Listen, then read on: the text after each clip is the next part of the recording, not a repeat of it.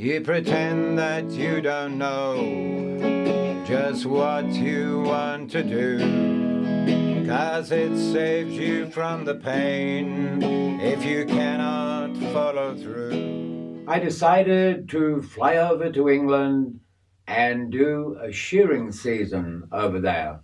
After the season was over, which took about 3 months, I hopped in my old car and I drove up to the north of England to 36 Jubilee Terrace to see me dear old dad.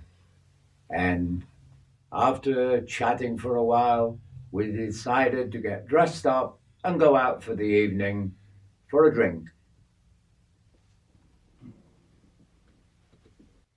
Hello, George, said an elderly woman who passed us on the street. Who's the young lad with you? That's me lad. He's come to visit me from Australia. Who's that? I asked me dad as we walked away. She's one of me new neighbours, lad. She's only been here 6 years. She's a nosy old cow, too. She'll go and tell the whole bloody neighbourhood now that my son's come home. I'll probably be on the 7 o'clock news tomorrow night. She seems to like you, Dad. Bollocks. All she's after is me bloody pension and someone to do her fetching and carrying. Her old man died a couple of years back. Now she's looking for another bloody mug. It won't be old George Swindles, I can tell you that for now. Once we got to the bus stop, we walked around in circles, stamping our feet on the ground just to keep them warm. Look out, lad. Here comes our bus. Stick your hand out, or he won't stop. He's in too much of a bloody hurry. It was an enjoyable bus ride with me dad. He even came upstairs with me so I could have a fag. The upper deck was almost empty, so he had no complaints about the smoke. It didn't take long before the bus came to a squeaking halt at Sowerby Bridge, and pretty soon me dad and I were walking through the front door of West End Club. "Evening, George," said the club doorman. "It's going to be a bit of a cold night. Might as well get some heat cranked up. Are you a member, young fella?"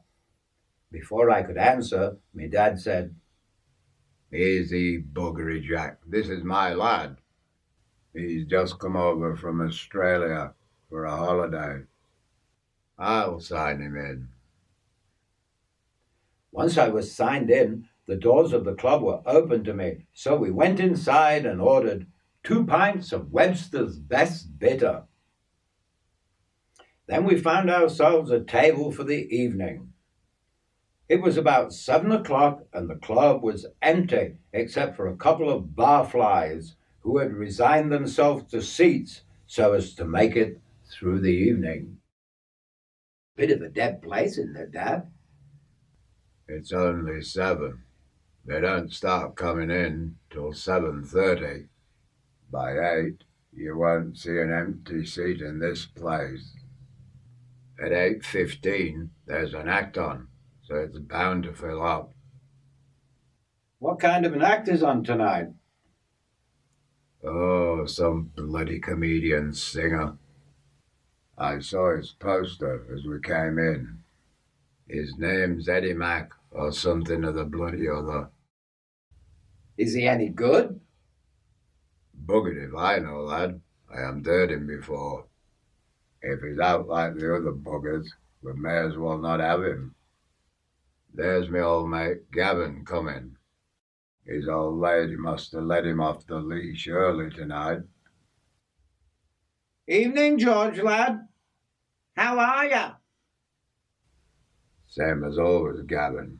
How would you expect me to be? Just asking, George. You know, my old back's been playing up something terrible this week. Suppose you've been diddling that old wench of yours again, have you? Don't be silly, George. It's probably healed up as far as I know.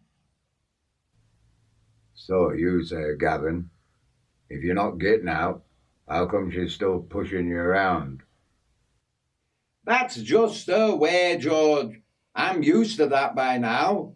I've been married to her for 40 years. That's 39 years too bloody long, Gavin. Go and get yourself a pint and come and sit down before you fall down. I take it that's one of your drinking mates, Dad.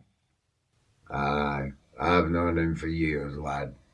He's me drinking mate when he's allowed out, and when he's not down at the club, he's a bloody housewife for that wench of his. Gavin came back over and sat down at our table. He took a mouthful of his pint and went, Who's the young bloke with you, George? Aren't you going to introduce us? Who the hell does he look like, Gavin? Have a good bloody look. He looks a lot like you, George. Now I take a bit more notice.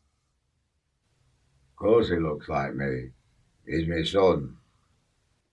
I thought your lad was in Australia, George. He was. Now he's here. He's come over to see me. His name's Richard. My name's Gavin.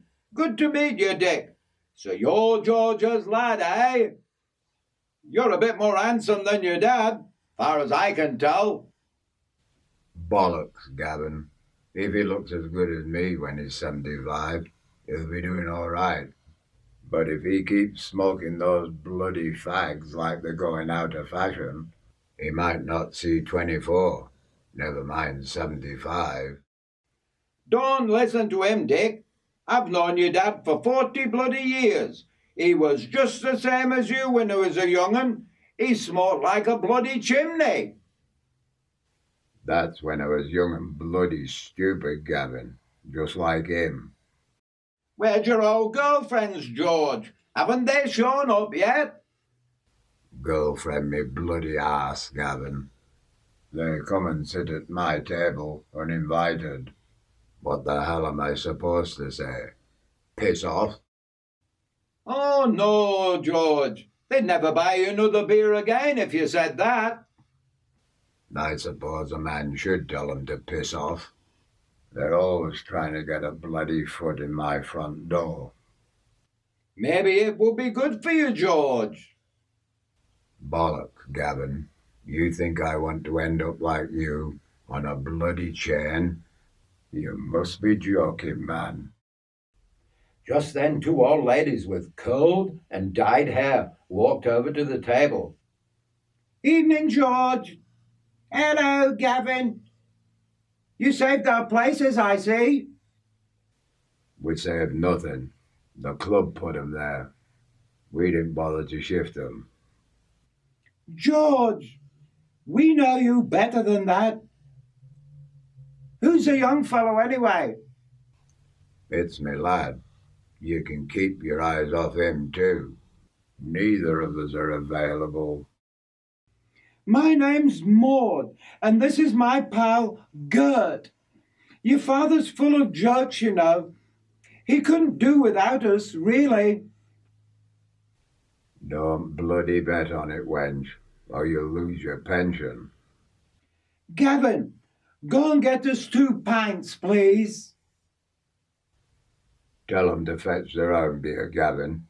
You only get one night out as it is. Oh, it's all right, George. I don't mind. Please your send then. Bigger bloody fool you. Ooh, you're grumpy tonight, George. Did you lose on the racers? Well, I didn't win. Put it that way. So that is how I spent the first evening with my dad when I first came back to see him from Australia. He seemed to be quite happy having a few beers with people his own age that obviously adored him. Once the club closed down for the night, I walked my dad down to the bus stop and made sure he caught his last bus home to 36 Jubilee Terrace, Rivendell.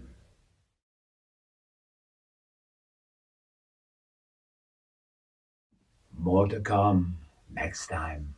You pretend that you don't know just what you want to do, 'cause it saves you from the pain if you cannot follow through. And freedom is a heavy word you learn to go around, and it keeps you stuck in your small world and pulls you further down. Give it up